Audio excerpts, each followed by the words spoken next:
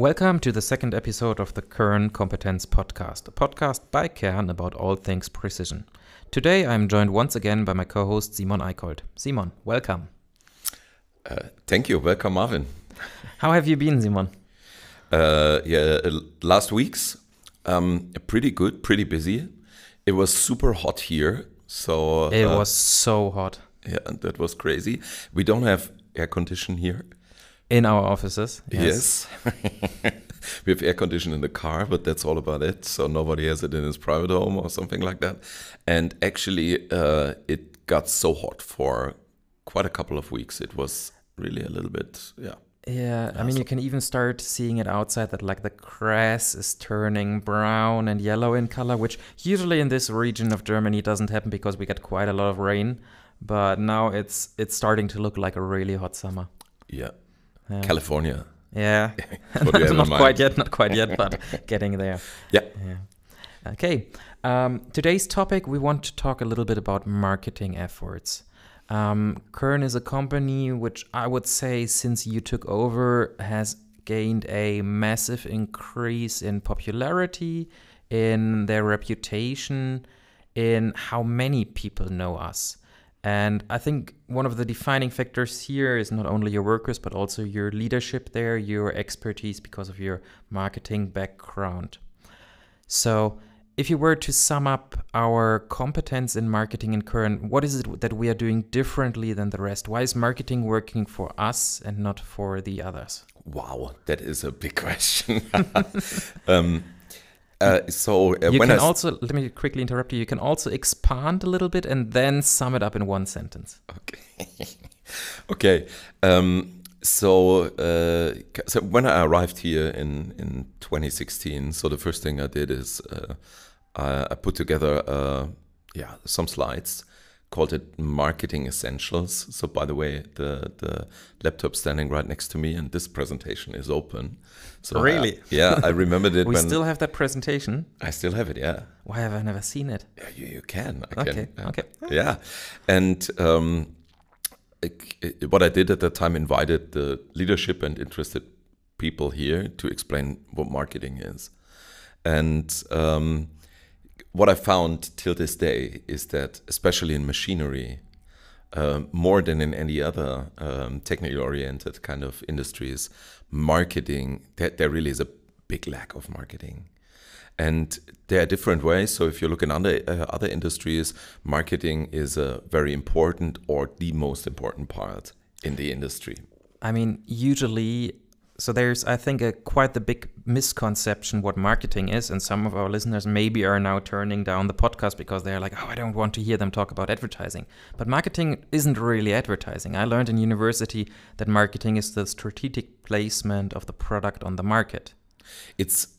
I would say it's even a little bit broader. Marketing is really you target what you do on actually the demand you have on the markets, which is something that's constantly changing. You could also say it's to focus on your customer, on your target group, to see really what is needed and actually adapt your offerings on what customers need.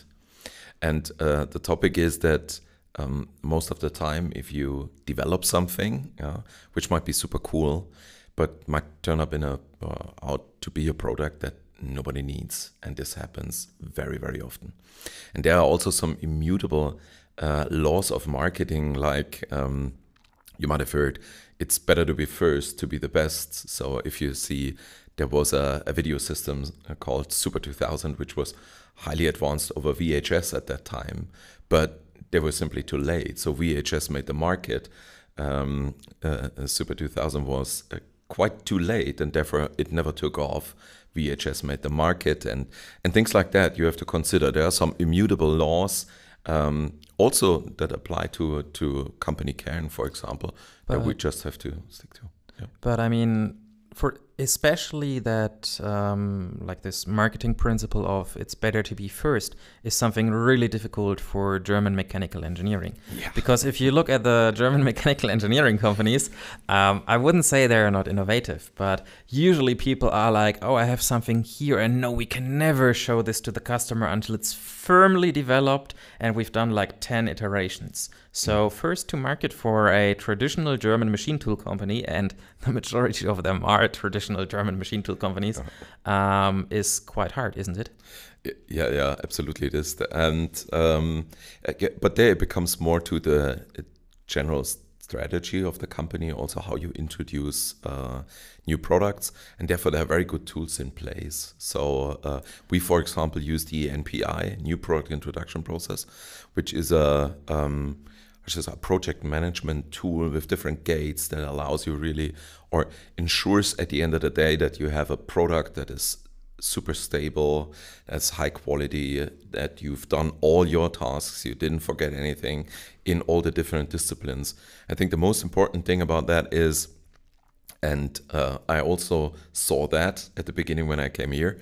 So we were developing things, we were building things, we made a product, and then when the product was finished, service was standing in front of this thing and said, okay, there's no way I can service this in the field. So actually what the NPI process does is it incorporates all the important departments in the company to be part of the project, and even the one who's doing documentation and, for example, service, so that you say the construction need to be serviceable and things like that. So that is pretty cool, but it's a super complex field. We could talk 2 hours just about that. I think there might be a future episode talking about NPI. Backtracking to 2016 and you showing that marketing presentation. Yep. I know my colleagues at Kern here quite well, and I would guess the majority of the department heads from back then are still in the company. The leadership obviously changed, that's now you. But tell us a little bit more about that. So you're fresh in the company, you have these slides about marketing, you pull a bunch of very traditional technical people into a room, and then you're showing them to you. So how did it go? Yeah, actually it went okay, I would say. It was a good start, perhaps a little bit too much at that point. So actually marketing, perhaps you allow that we start with that. Marketing is what you classically say, the 4 Ps: product, price, place, promotion. Most people think about marketing just in the last P, which is the, how should I say, most of the time the least important. It's promotion. So promotion and creating advertisements and things like that is really just the result of everything you've done earlier. And the most powerful thing is product. Because product means, what I said before, is you develop something that is needed. You did your analysis, you know your market, you know your customers. That's something that's extremely important for Kern. So the whole routine, to be extremely close to the customer, to be extremely close to applications, to really know what is needed to learn every day is important to actually say this is the way we need to go. And when you tell the engineers that you want to be the one to determine what the product looks like. I'm starting to smile and you're starting to laugh. Yeah. No, it's very true. I mean, usually engineers are quite stuck in their field and they can motivate themselves for such niches in their area where they think it's super cool and there's no market ever. And this is, for example, something I found during my brief stint in academia. I was horrified by people researching stuff that had no relevance to the market, because I mean, some of science is cool and you definitely need some basic research, be it in milling or in construction. But for me, it's super frustrating if I pour my limited lifetime, I'm only here for, let's say, 80 years on this planet. If I pour my limited lifetime into something, spend 2 or 3 years researching something, and then no one is ever going to use it again. I think this is the most horrifying thing that could happen to you, because I kind of want to change something, I want to move something. But I think the majority of engineers, they are happy to spend 2 or 3 years developing something, and then you don't have a placement on the market. You don't satisfy any customer needs. Just because it's cool to research that stuff. But for the majority of engineers, that's kind of like their nerdy little hideaway, and then they can go on with construction. Yeah. This is, by the way, you know that. So when we have our town hall meetings and things like that, what I mention every time is that every one of us, unless you're working part-time, is here for 8 hours a day. So what we do should be relevant. So if you leave the company in the evening, something should have changed for the better. I know that sounds kind of a little bit too emotional at that point, but that's exactly what is one of the motors of this company is really we want to make a change. And there's also, by the way, there are marketing principles why things went for the good in the past couple of years is because of that, because that does make a difference also in how you develop things, how you do research, how you create new products, for example. So that is extremely important. And if you want to do something relevant, you need to know actually what is needed, what the target group is, etc., etc. And the better you are in that field, the farther you can go, the more risk you can take, because of the fact that actually if you follow this creed, if you want, you're always going to be successful in what you're doing. It might be a little bit more or less relevant, but at the end of the day, everybody's going to appreciate what you do. Yeah. And yeah, so coming back to this first presentation, that was the part that hit them hard was product and actually marketing, saying, okay, we are the ones who wanna say what will be developed, what is the next product, but actually also here,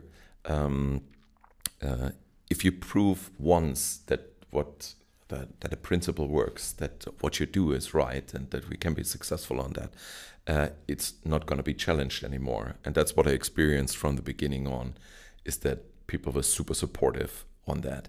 So we had a plan, and that was good. So by the way, that's like Martin Luther King said, I have a dream. And we have a plan. Yeah, we have a plan. So we're in Germany, we have a plan. And but that made it very easy then at the beginning. And you get things together. So it's not like marketing saying this is what we have to develop, but it's coming from research and development data. Wow, I have this idea, that idea. There's applications, so we need to go in this direction. And putting all together and really making the background research on that, we then prioritize. And really in 95% of the cases, you're right with what you select afterwards, together as a team. Okay, so when you started, we had the normal micro, like the linear rail ball screw driven micro, and you were very deep into developing the HD at that time, right? Must have been right about where it was in the concept phase, and people were starting to really put work in, right? Yeah, actually, it was a little bit different. So there was this development going on, but there were many parts in the company that said this is not the direction we should go. Sales said we don't need a more precise machine. Which is surprising for a company where everybody is always talking about how we are the most precise. Yes. So, but the voices, so the mood was extremely clear. So I would say the majority of the company wanted to go in a commodity kind of area. So to compete with competition at that time.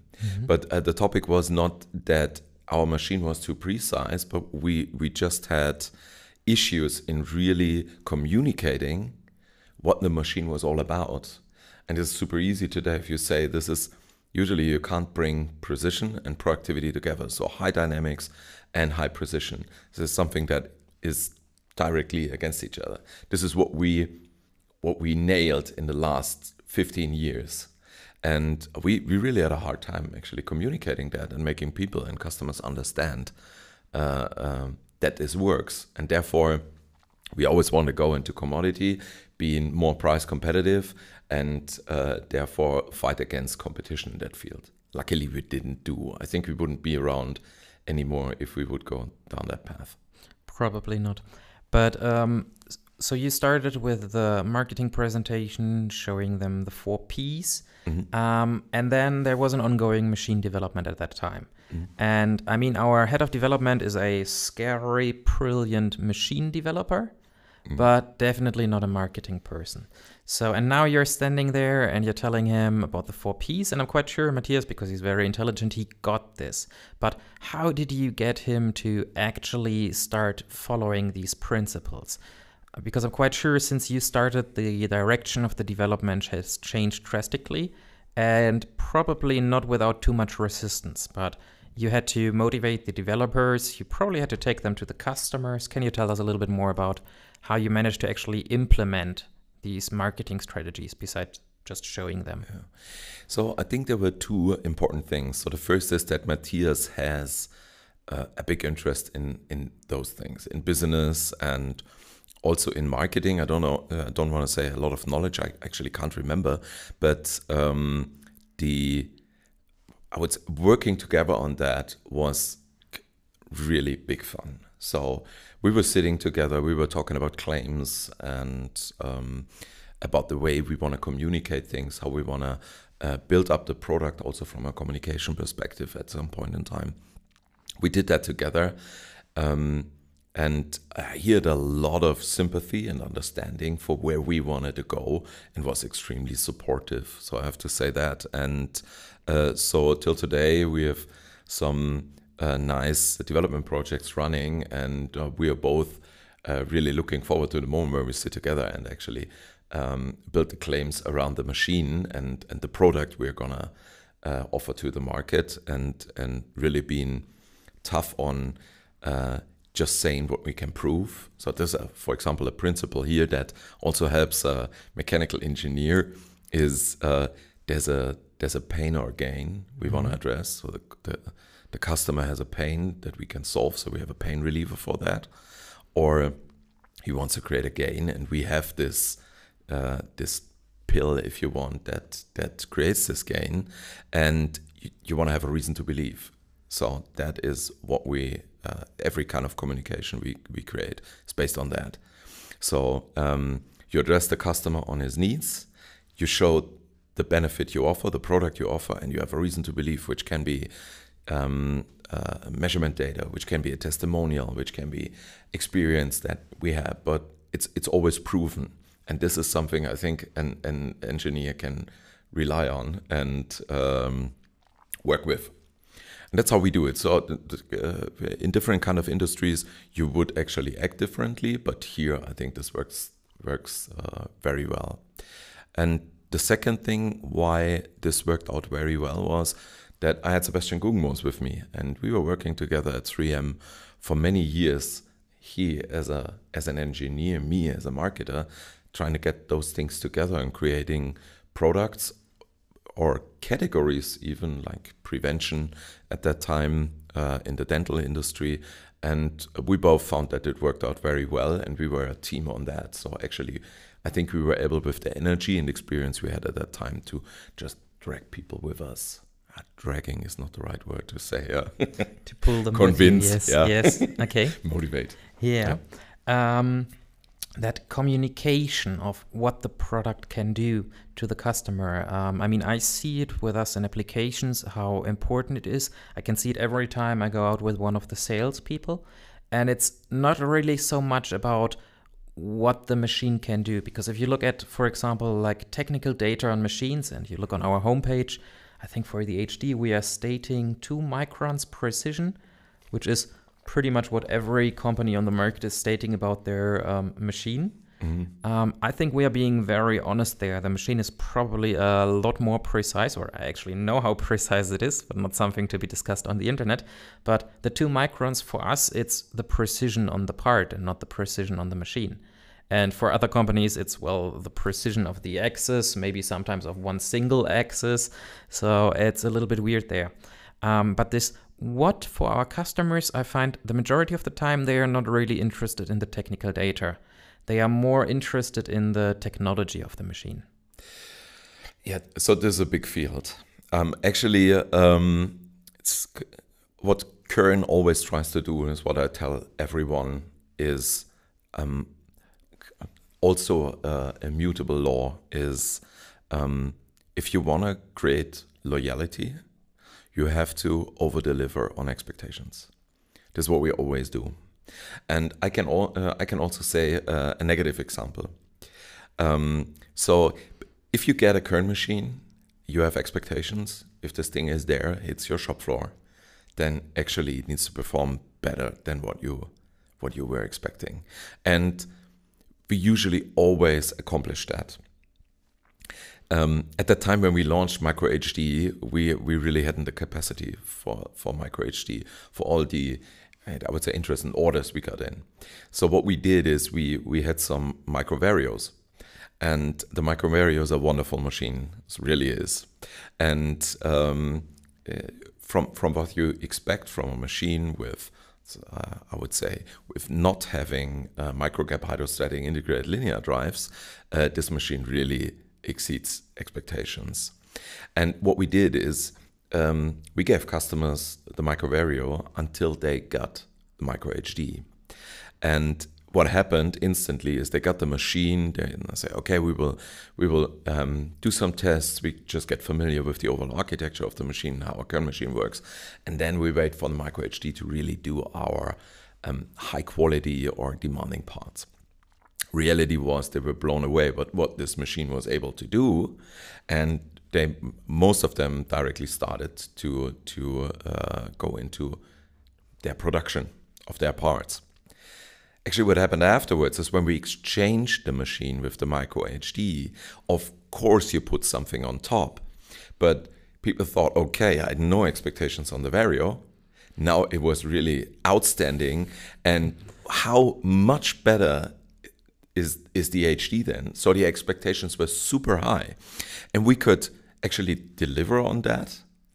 But we weren't able to actually exceed that the way we did with the Micro Vario. So that's what we figured out right away is so we're not going to do that again. Yeah.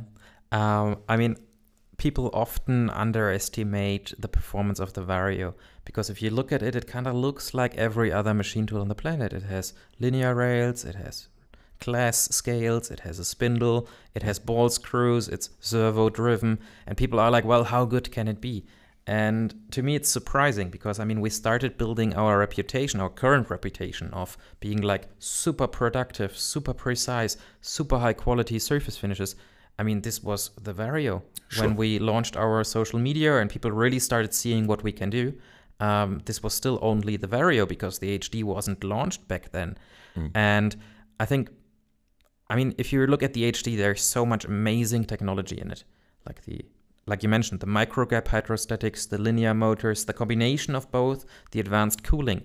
But a lot of this technology is also already in the Vario. Like the cooling is in there, our digital compensation of the spindle length expansion, which is much superior to sensor-based length compensation, just because you have no dead time. We are able to predict what the machine is doing, so it's not just a change happening and then the machine adjusting, but it's as the change is happening, the machine is adjusting. So people are always underestimating the Vario. At the same time, for me, knowing what the Vario can perform, I'm actually amazed because it's standard technology, it's standard machine tool technology. Everybody is building their machine like this, and it's an amazing machine. So there, I think if you get a Vario delivered, and I often see this in workshops with potential customers, it's kind of like, this can't be real. Why is this machine so quick? Why is this machine so accurate? Yep. Absolutely true. And this is a topic. So we have some advanced engineering in that. So the whole design of the axis, etc., how the fourth and fifth axis is located in the machine, how they work together. This is all what is also in the Micro HD, and as you said, the real-time calibration, things like that, that make the machine really an extremely good machine that can always. So I've never experienced a customer who said, "Yeah, I'm a little bit disappointed for whatever reason." Then actually it doesn't happen, and This is an important part. This is also what we have in everything we develop. It's not just like we want to go for the standard. It's also when you see things we do in our company. There is no such thing like a value product. So we say, okay, we will put that into our company. We will manufacture that on our own to save money, because the first and foremost thing is we focus on to advance machine, to advance what the machine can do, and building something that somebody else can build exactly this in the same quality and performance, or even better, we will never do. Yeah. And that makes a difference. I mean, it's been quite a while since we did a video tour of the company, and I think we have to do one quite soonish again. But if you just like walk through our construction, you can see everything where precision matters. We are doing ourselves if no one else can supply it. I mean, even we are, for example, doing the cables for our electrical cabinet ourselves. This is not for saving money. This is for getting the quality, having the exact length, knowing that like all of the plugs, all of the crimp connectors are done perfectly well, so you have no failure point there. And all of the parts which are maybe we are too small of a company to do, or where there's just no added value. So for example, the enclosure of the machine, these are obviously provided by suppliers to us. So we're really focusing on the precision there. By the way, this is a nice story for a question you asked earlier. I really want to do something on design of the machine. So micro HD today, also the Vario looks different. And of course, the sheet metal is a lot more expensive than it was with the MF11, how we call it, so the first micro. And this was one of the biggest fights I had internally, because people didn't understand why the machine should look different. There's no advantage in terms of the design of the machine, if you know what I mean. So this was really, Eckhard Alschbeck at that time asked me if I'm crazy, want to spend 8,000 euros more on the housing of the machine without having any positive effect on the performance. And the real difference was made when we had this new front panel. The control panel. The control panel of the machine that was actually had then an advantage in needing less space, being more ergonomic, and so on. So that was the point where he actually said, okay, go ahead. Yeah, I mean, I would guess the first question the person who ever drew up the technical drawings for the enclosure up in development asked themselves was probably like, is this going to make the machine more precise? Because usually decisions in development are taken like, is it going to make it more precise, and not, is it going to look nicer? This question was asked when you wanted to do anything, especially on restrooms here or something like that. How should we spend $100 in a restroom when we could put it in the machine? I think this is still something that people appreciate buying machines from us, but there's also a point where you say, okay, I buy a machine for a couple of $100,000, and actually you want to be in a facility where you can actually visit the restroom. Yes. Yeah, true. Yeah. Okay, very nice. And with that over-deliver on the HD, maybe my 2 cents on that one. We often in application get asked like, how much better is the HD? And we're like, oh, it's an insane machine. And they're like, yeah, but how much better is it than the Vario? And for a long time, our answer kind of was like, well, the Vario is an amazing machine, and we have no idea how good the HD is.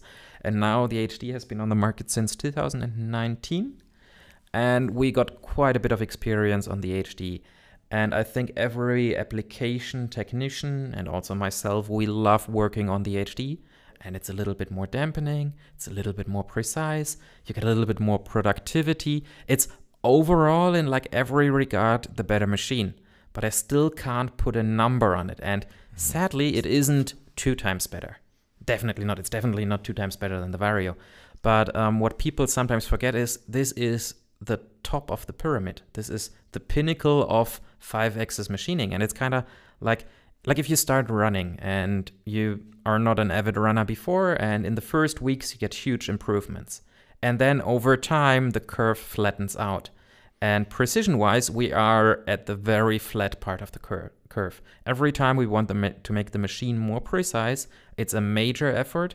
And I think we are approaching the point where no one can pay, and also no one wants to have a more precise machine. Because this is, to our listeners, the rest of the industry is lacking. There's you would need more precise metrology machines, which are really difficult to buy, really expensive, really specialized. The tooling industry especially. We are stating 2 microns precision on the part, and the most precise ball end mill you can buy states 2 microns radius error. So why are there not more precise tools? And I kind of feel like the rest of the industry needs to catch up with us before making a more precise machine makes sense. And in that regard, the Vario is an insanely good machine, and the HD is overall better in every regard, but it's not 2 times. It's just a bit more, and that bit is hard to define. Yeah, that is true. It depends on actually what you do. It can make a huge difference and actually I think in many parts. Mm-hmm. But from actually what you see, if you look from a little distance, you're totally right. And the Micro Vario is an absolutely great machine. But most of the time, what people say is, I want to have linear drives. And talk to Matthias Fritz about that. I just said from a marketing perspective, product management perspective, just put linear drives in that machine. And the answer I get from R&D, and this is to respect this, we would make the machine more expensive and worse than it is today. And this is something we don't do. Full stop. And coming back to what you say in terms of what are the specifications of a machine, there are, and we are friends with everyone. So we have very good relationship to also our direct competitors, and it's never, so we will never talk badly about someone else's machine. So especially since everyone has a spot in the market. But what we surely do is, if you compare, there's one, for example, it says maximum workpiece size, and it's measured from really the top of the fourth and fifth axis to the spindle nose. At the highest position. At the highest position, yeah. And this is something, as I said, you talk about over-deliver and on expectations, and this would just like be something you would try to fit in a workpiece, and actually there would be no way of milling it because of the fact that it is just exaggerated. And there's one, for example, that's like size metrology. They do something like we do. If you buy a machine from them, they will state its accuracy is 0.8, and then they will come and install the machine and they will calibrate, and it will be 0.6. Yes. And not less than that. So, or not more than that. Sorry. That is the principle. We never go to what is written in the brochure. It always needs to be better. If it's not, if it would be 0.8, they wouldn't leave, but they would come back until they actually over-deliver on what they promised on that. And this is something that I think is a super important thing. And by the way, this feeds also into something that's also very important is this is coming back and to the listeners, this is something that I would recommend to look at is Simon Sinek, How Great Leaders Inspire Action. It's a TED Talk from, I don't know, beginning of the 2000s. It's really super cool. And what he states in that is people don't buy what you do, but why you do it. And this company, Kern, runs on this principle. That is very true. Just at the beginning of this week, I had a supplier visiting us, and I was showing them the production. And I visited that supplier for like fixtures a couple of months ago, and they showed me their production, and I showed them the current production. And I was explaining everything about the machine, and it was not so much like, this is the travel, this is the tool changer size. But for example, on the tool changer, I was explaining why we do it this way. Like, why is it so accessible? And I was comparing it to their machines and showing their pain, because usually putting tools into a CNC machine is kind of like annoying. You often have to wait for the tool changer to put the tool away. There's bad accessibility. There's sharp corners on the enclosure where you can cut yourself. And on a Kern, you have this large cabinet. You can open it. You can put the tools in. You have sometimes, depending on the machine configuration, the removable pallets. And I'm not telling people how many tools fit in. I actually have no idea. I can never remember the exact number. I usually just wave my arm and like, there's lots of tools you can put in. And I'm like, but let me show you why it's so cool. And then I let people put in tools and let them experience what it is to take out the pallet and back in. So how many tools fit in, for the majority of the people, this is really not important because they see, oh, it's large. Okay, this is more than we have on any other machine. And then it's like, why was it done this way? And that's what really appeals them. And that supplier, he called me the next day and he was like, Marvin, I just wanted to say thank you. And my head was smoking the whole way back to our facility. This is so cool what you are doing, and everybody is so motivated, and it's crazy how much technology there is at the top end. And it wasn't a single fact. It was just like the why was important to him. Yeah. And this is like, if you think, for example, so to explain the principle also, if you think of John Grimsmo, and by the way, I don't want to hurt any feelings, but there's certainly very good knives out there. And there might be, I'm not 100%, I'm not a knife expert, but I guess that there are knives that are a lot less costly and are as good as, perhaps close to as good as what John does. But actually it's about how he does things, why he does things. Yes, it's the story.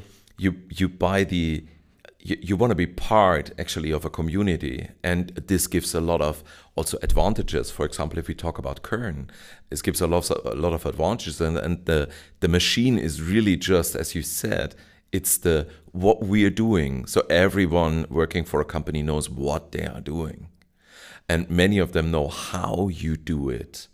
So we make it beautifully designed, or I don't know, we make it super fast or super precise. But really the how. So why are we getting up every morning? What motivates us over a long period of time to work in this company is the change you make is really the, how should I say, the creed. I said that before. Mm-hmm. It's why we are here. And this is coming back. So if you were then 80 years old looking back and said, all I've done is gone or meaningless or whatsoever, that would be a nightmare. And actually, this is the good feeling I have entering this company every morning. I know this is not going to happen because we're challenging or we're tackling challenges that are really important. So we have a lot of things going on here every day that are meaningful to a much broader. And again, I want to be very humble on that and not exaggerate what we're doing.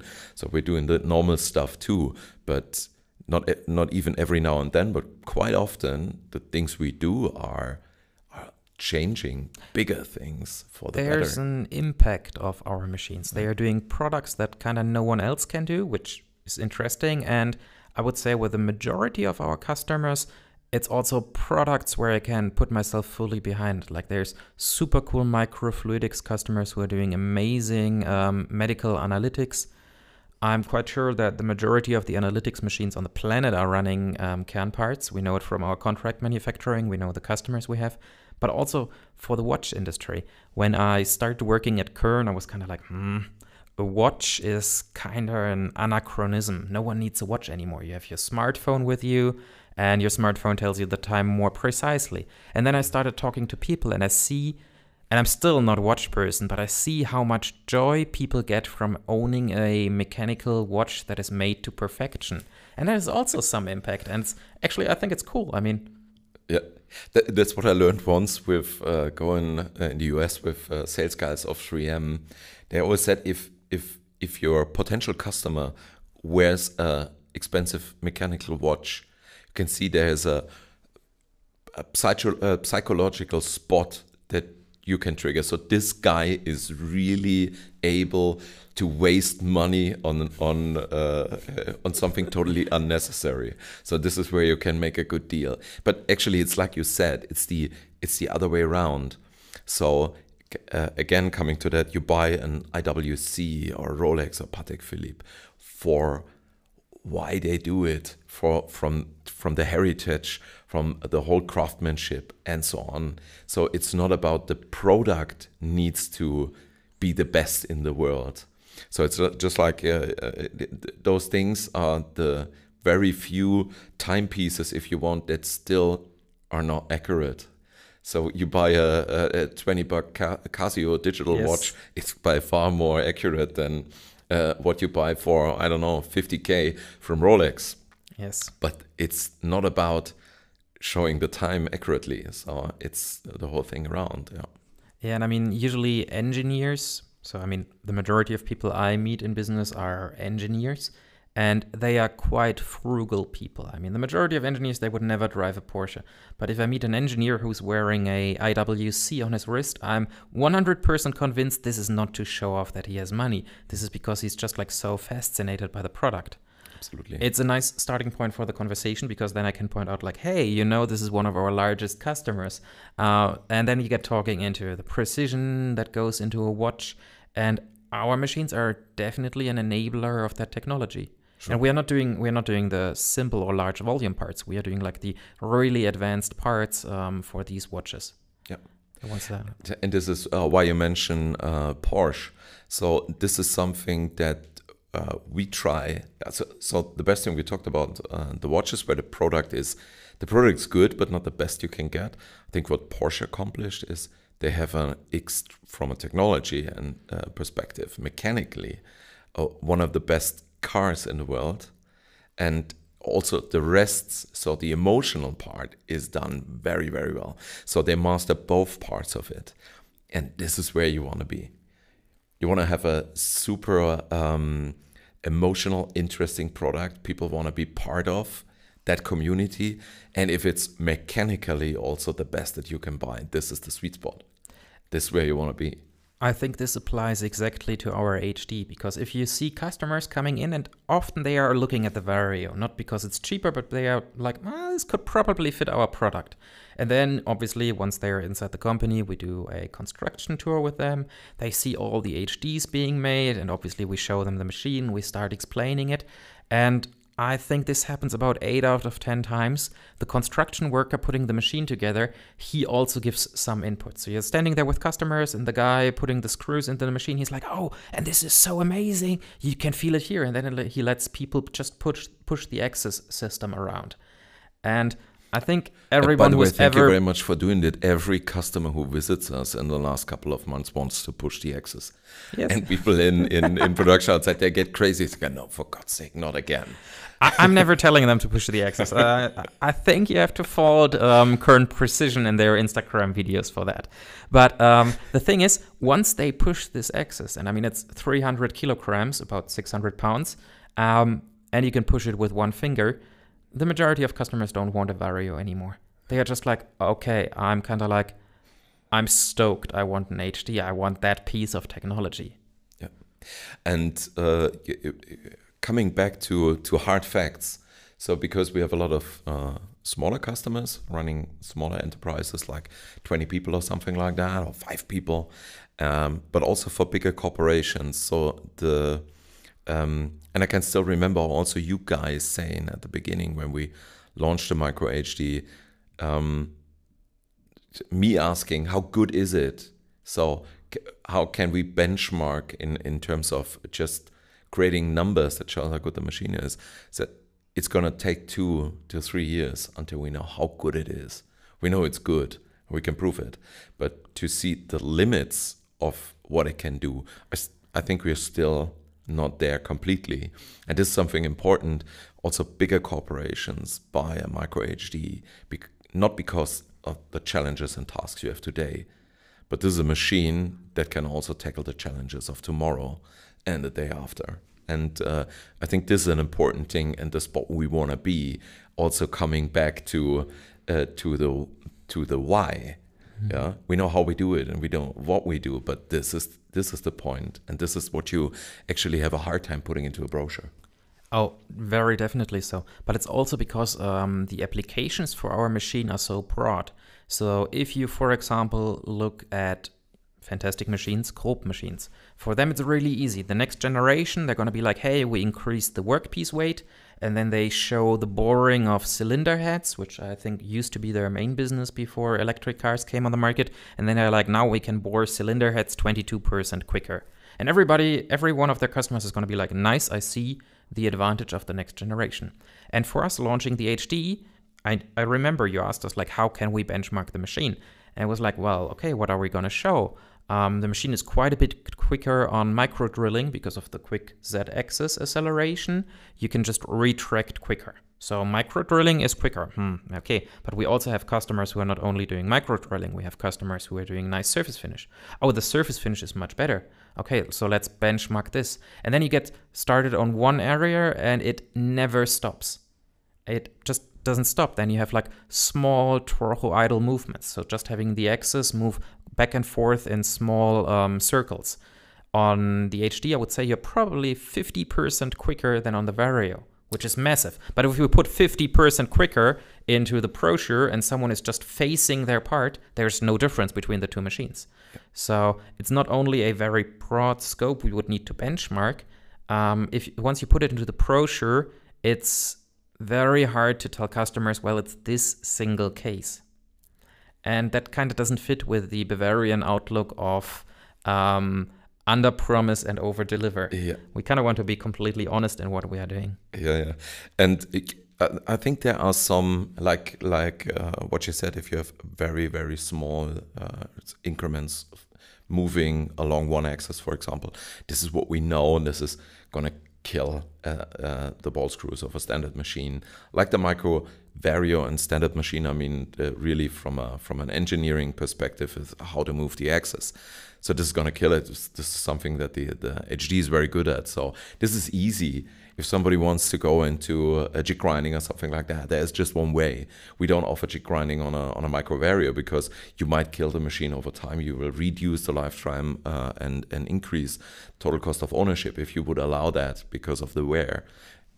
No problem on micro HD. So that is fairly easy. But that's exactly what you say. Coming back to marketing, it's hard to market something within the field, within the rules that we set to ourselves. As you said, under promise, over deliver. To have something that is a little bit transcendent. I don't know if this is the right word for it. So this is very much as I said, to customer eyes, to his personal view, to his requirements. And therefore also we don't go through big distribution companies or something like that, have dealers everywhere. This is not about it. We figured out we have to go direct. We have to see what the customer needs, what the real problem is. You have to be there. Actually, I've given every one of my salespeople a hard time if they talk about a project and they've never been there. I said that's the most important thing. You have to be there, see it. If you don't know what's going on, you can't be a very good partner and really offer problem solutions, because most of the time everyone knows that is what you articulate is just a small part of the whole thing. So that is an important point, and you will like that.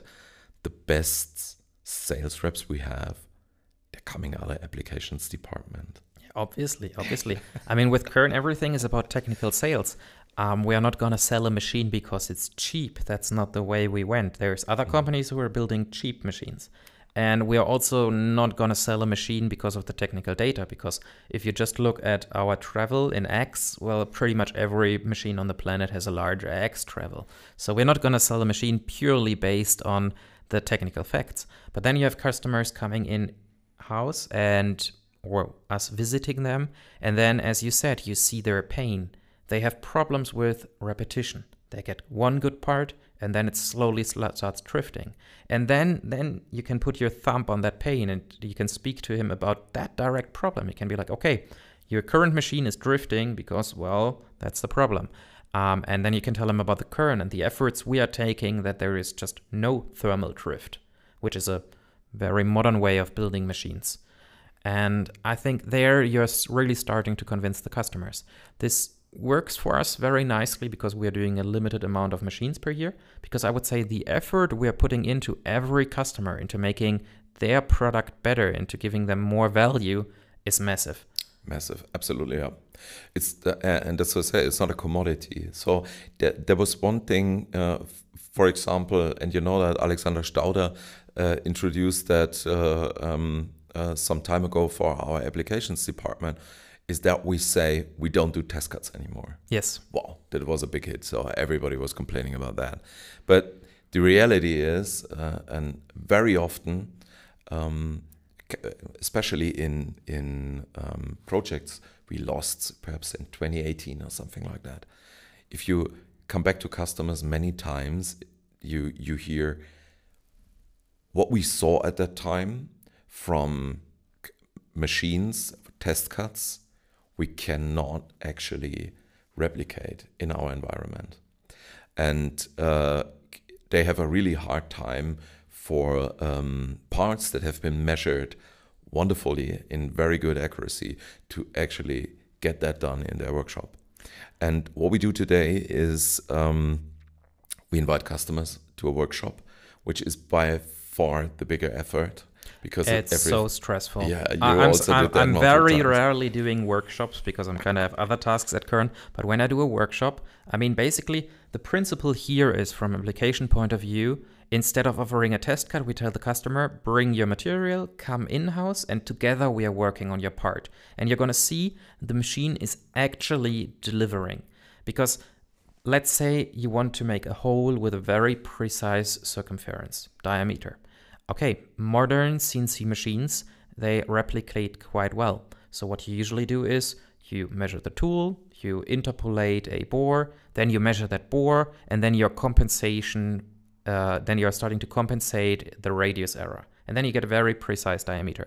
And this works on every well-built modern CNC machine. This is not impressive. This is something with enough effort, you can fine-tune basically every linear error. But then you have a customer coming in for a workshop and you're like, okay, let's do this super precise hole and let's do it together. Let's do the whole workflow. So we're going to set up the tool and we're going to show him like how precise are we working. So we are cleaning the tool holder, we are cleaning the tool, we're putting the tool into the magazine. We explain to him how do you measure the tool, what data do you need to put into the tool table. And then we interpolate the hole and we measure the hole. And they are like, wait, you're not warming up the machine. And I'm telling them, no, for that precision, you don't need to warm up the machine. The machine just performs. And if you just deliver the test cut to the customer with a perfectly bored hole, he's going to be like, okay, well, everybody delivered a perfect hole. But then with us, he sees there's no magic. It's just the machine capability giving you a perfect hole. I had that situation happening when one of our customers from Florida, Nick from P3D Creations, which I think is getting his machine installed right now, like right at this moment. He visited and was like, okay, I'm just going to show you and teach you the workflow to producing precise bores. And we do the bore expecting to compensate it, and it was perfect to, I think, the last decimal, so to like 0.1 microns. That was how precise the first bore was. And I was really annoyed because I wanted to show him how to compensate the radius on Heidenhain, and the machine just performed. And this is where the workshop principle really comes in. When the customer sees, okay, the machine really is this good, without an application technician fine-tuning the process for 3 weeks, this is the quality we need. And then you're very successful in selling machines. And actually also coming back to honest marketing is, as I said, this is the reason to believe. This test cut might have been done in a lab environment with the best people on the machine that's specially calibrated for that one. Machine. Yes, exactly. And if you really want to show honesty and the real performance, this is the way to do it in a real work. So, and I have to be perfectly honest. If we and we face challenges along that way, and we have to deal with it how we usually deal with it.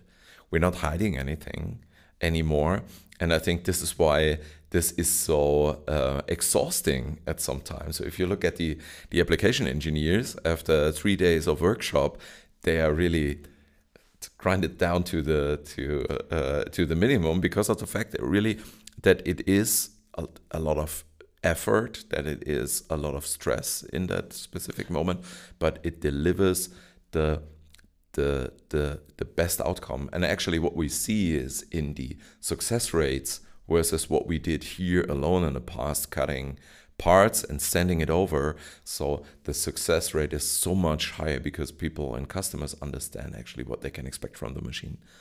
And I mean, seeing is believing at that point.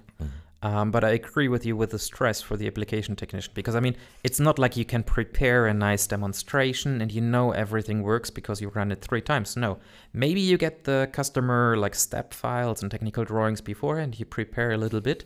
But I can tell you, in every workshop, at latest after 2 or 3 hours, the customers are like, okay, nice, we've seen everything. Now can we check this? Can we try this? And then you have the customer standing behind you and they want you to do something you've never done before. And you're like, okay, I have no idea whether it's going to perform. I usually tell people like, okay, I have no idea, I've never done this before, but let's try it.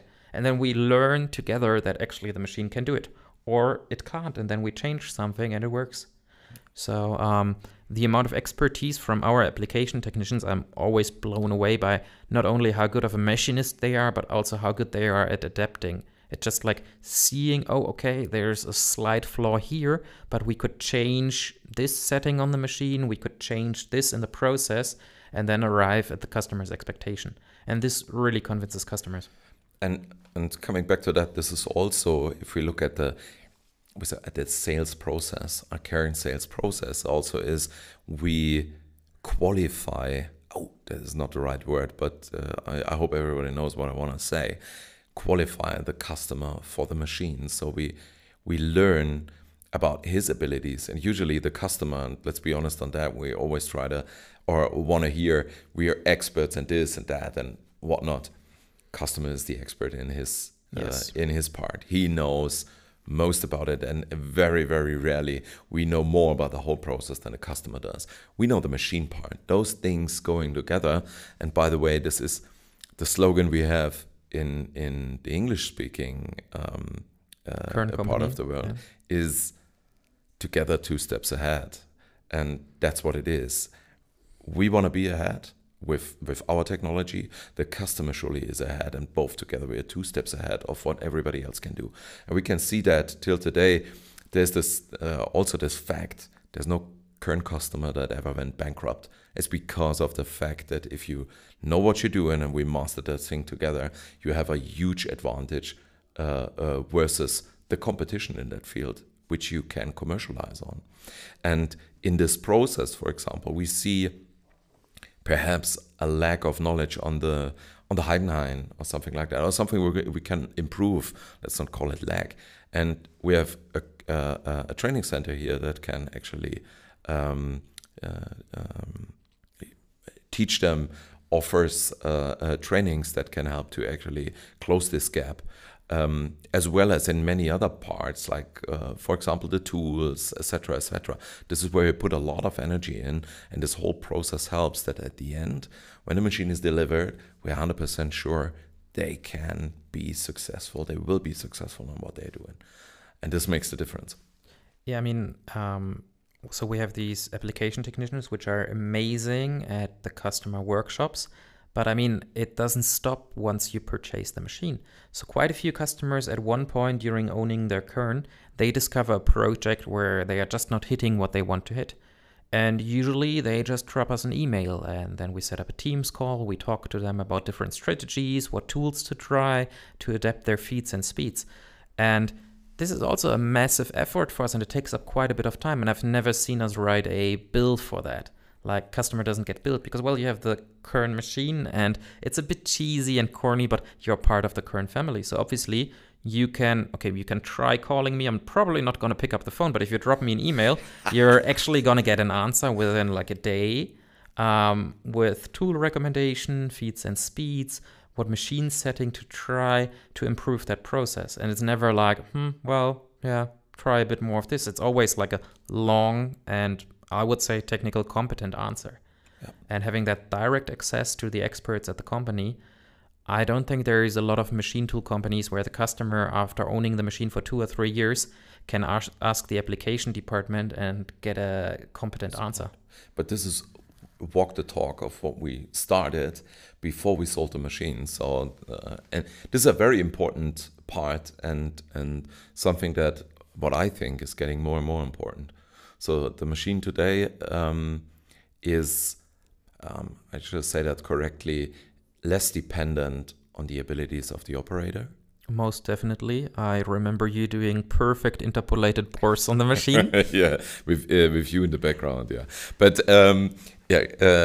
actually, yeah, that's the point. So you're less dependent on the operator. But what is even more important is actually having the ability to develop on that. So you can focus on different things. And this is what we need to cover today. Therefore, things outside of the machine, like the process, the tools, everything is getting more and more important. And there's one thing also, to be perfectly honest, we're talking about a lot of good things. So can develop very nicely, but we also have some challenges, and we are also missing out on some things. Like, for example, I think we're doing very well in the applications department, put a lot of energy in, as well as the KTC, the Kern Training Center. But we right now have a lot of tasks to do, for example, in the service department. So at that time when we launched the Micro HD, we said, okay, it's a machine that needs a lot less service, that is actually nearly maintenance free. So of course you have to do some maintenance, but it's easy going. Most of the customers can do that on their own, don't need a service technician. We were wrong on that. And not because the machine is less reliable, but we brought a lot more machines into the market, and therefore we need a lot more people to actually install machines, etc., which interferes with when a customer owning a Kern has a problem with the machine, spindle fails or whatsoever.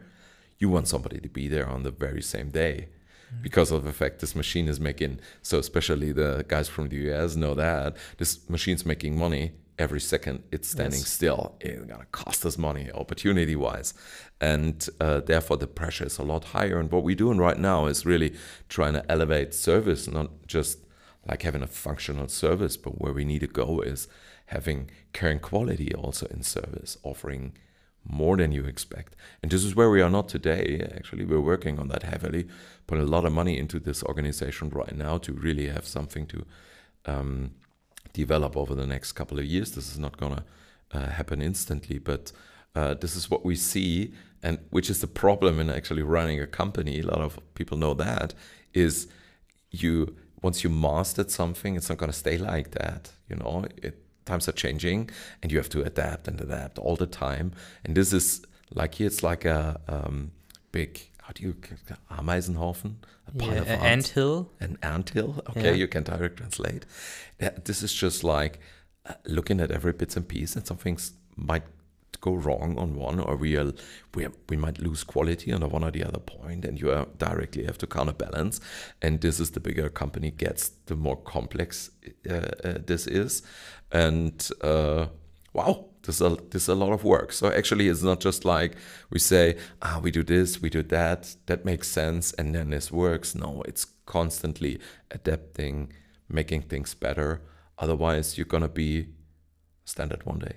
Yeah, and I think, also, we definitely don't want to be standard here, but also with like these small issues arising, if you look at the people who have worked for Kern for a long time, if there is anything wrong in their department, it's like panic mode. Because, quality is, and I still have to smile about this. When I started in 2018 at Kern, they handed me the 10 commandments of quality. This is super cool. And I only remember the 6th one, which was delivering a faulty product to the customer is a shame to the company, the department, and the worker responsible. It was like, wow, this is hardcore. Yeah, this is hardcore, but it's true, isn't it? Yeah, it's definitely true. You can feel that. Yeah, and the people really act like this. So if anything is like even slightly less than our usual standards and expectations, it's full-on panic mode. And I see this when we two are having meetings, the amount of people running into your office, just like barging in and being like, this doesn't work, it's horror, we need to change something. I'm really happy I'm not the CEO and have to deal with that. So huge kudos to you, Simon, at this. We have some things, for example, where a chiller or something like that is not working properly. And we test those things here, but actually what we don't do is an air water chiller, for example, we put into production and let it run against our air conditioner or something like that. Obviously we test it if it works, and then you deliver it, something might happen, and at customer side, this thing is not performing as it should be. Things like that happen, but it's exactly as you say, it's like panic mode. Crazy amount of energy. It's like drop everything. Something is not working, and we need to fix it now. Actually, we have a Mercedes Sprinter. I don't know if this is known. It's a van, and people ask, why do you have this van? For exactly this thing. We're putting a chiller in. We tie it down, and then somebody's driving 8.5 hours to deliver it the same day. I mean, for example, when Zecha did their world record of like uninterrupted milling time with a single cutter, it was shortly before Christmas, or they started it shortly before Christmas, and I think their chiller broke down. And we actually, the day before Christmas, we got one of our service technicians to put another chiller from production into the van, drive 4 hours to Zecha and install it. And I think this was like 6 hours between their chiller failing and getting a new chiller, which works because Zecha is not too far away, but still this is kind of like what sometimes happens. Yeah, we also do that in Italy or in Denmark or whatsoever. Yeah. That's the same thing. And that is the topic, but this is also something that people have to deal with, is the exceptional is what people require. So you don't want to hear, we're going to be there beginning of next week or something like that. And this is actually what we also have to deal with service department right now. If we have something like spindle weeks, this when everyone crashes their machines in the exact same week.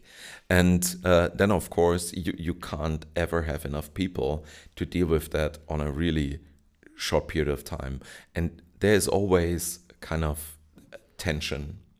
And to deal with that better and to actually have processes in place that help us to be quicker and to still have very high quality in also the things that we're doing. This is a challenge we're tackling right now. And I mean, with spindle replacement, most people don't realize that, but if a customer spindle breaks down, it's not that the spindle manufacturer is sending us a new spindle. It's actually us having to put spindles into stock, which is a massive amount of bound capital. Mm-hmm. And I want to have a very firm point there. I didn't kill my spindle. It broke on its own. It's a warranty case. Some say so. Yeah. But we were looking through our storage whether we have one air-bearing spindle, one aerostatic spindle left, we could put it immediately into the machine. Let's not discuss why our SAP system said maybe there is one. That's a very weird thing. But basically, I was going through storage with our CEO, Sebastian Guggenmoos, and I was just like, I don't often walk into storage. Yeah. And I was walking by, and it was just like spindle after spindle after spindle sitting there. And I was like, Sebastian, this is a massive amount of spindle. And he was slightly annoyed. He was like, yes. So, the amount of spindles we keep here, this is insane. And then you have spindle week, and it's always that magic spindle week. It's never like one customer breaks a spindle, then a week later, a next one breaks. No, it's like Tuesday morning, someone calls, hey, I broke my spindle. And you could actually just like cancel the vacation of every service technician, because you can be sure on the same day, 3 other customers are calling and they broke their spindle as well. And if you think so I got asked many times is, can we get a spare part list for micro HD, for example? And actually, it's a super short list. That's the spindle. And so we never exchange axes. I think I don't have to say that. Also not a 4th and 5th axis. This never happened. It's...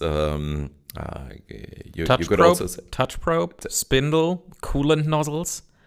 I think that's it, basically. Oils, filter, and oils, that's it. filters, yeah. And actually, this is how it's built. So you could also say even a little bit German over-engineered if you look at the 4th and 5th axis. But this thing shouldn't fail. Nope. If you replace that, that's going to be a nightmare. And nevertheless, we have, I think, 4.7 million euros on stock, just parts. And this explains the challenge we have. So we couldn't say, or we couldn't tell anyone, we're waiting for a spindle from Fisher, for example, for the next 2 or 3 weeks. Yeah. People would go crazy. And that is a point. Continuous advancements there, yeah. Okay, I think we are nearly done with the allotted time. You have a meeting in a couple of minutes, and I need to get started on real work. There's one question we would like to always ask each other at the end of the podcast. And I would like you to tell our listeners about a moment you had in the last month since we recorded the last episode. It can be a private moment, a business moment, a good one, or a bad one. Okay. It can be anything, but you have to tell us something that happened to you in the last month. Okay, this is you asked me that question the last time, and I was also struggling. I'm not well prepared this time, but at least I have an idea in my mind. So I'm renovating an old farmhouse right now. I don't know if we've mentioned that the last time. It's from originally 1570, so it doesn't look that old because it burned down 2 times. In the meanwhile, I think last time in 1960, and I'm rebuilding that right now. Of course, not I'm doing it, but a lot of my friends are having been carpenters or whatsoever.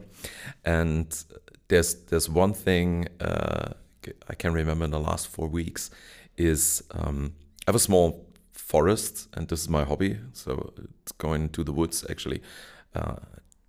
Cutting down trees and working with the wood, for example, for heating or whatnot. Very manly stuff. Yes. Yeah, very good.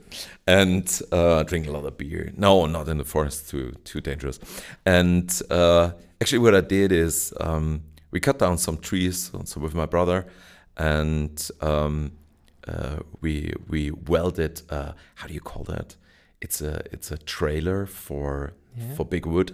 You have a crane on top that can pick up the wood. Okay. So with 2 friends, we welded that over the last couple of years. So this thing is massive. It's a little bit heavy, but it can do tough work. And actually, we did the rigging out of the forest. And a friend of mine has a sawmill. And actually, because of the fact that he doesn't have any employees right now, they all ran away. So I helped him. So for 2 days, and we cut the wood in the right shape to doing boards and whatnot, and transporting them back to the farm. And now this wood that I cut down and transported, your own wood, my own wood, is now on the side of the house. So in the part that was at that time for hay and so on. In Germany, we call it a Tenne. Mm-hmm. So you can drive up there. It's in the first floor, and there's a big bridge going up, a ramp going up where you can go with a tractor. And this whole thing is a huge part, is now covered with the wood that I cut down. And this, every time I now go there, is a super emotional thing if I see it. And at that house with all their work going in, and actually my wood, the wood that we processed being there, that is something super cool. Okay, very nice. Sounds like a good moment in the last month. Yeah. Lots of good moments. So, Marvin, what about you? Oh, I recently started motorbiking and bought a very crazy motorbike. And I think the moment, riding it is awesome, but well, it's an awesome motorbike. But the moment where I had a huge smile in my face was once I took it home from the dealership, put it into the garage, and I stepped down from it and I looked at the footrests. It has milled footrests. So it's not a cast part. It's not like a simple machined part, but it's actually it's a BMW M part, and it's milled aluminum, and they milled it in a way that you can actually see the tool path. And not like, miserable quality tool path, but they actually took the tool path as a design feature. And I was like, yes, go BMW. This is the way to do it. Sadly, the footrests are also pretty much the only part on a motorbike you're allowed to legally change yourself without any permission in Germany. Everything else is regulated, and you need an expert to check it, which is prohibitively expensive. So the footrests were kind of like, I was like, maybe I'm going to mill myself some nice footrests, maybe from titanium. And now they're awesome, and I couldn't do, I could do a nicer surface finish, but I couldn't do a better job design-wise. So it's a bittersweet thing. I have very cool footrests. They are machined. They are CNC machined. But not by you. Not by me. Yeah, it's a pity. Okay. Simon, thank you very much for your time. Thank you, Marvin. Until next was a time. pleasure.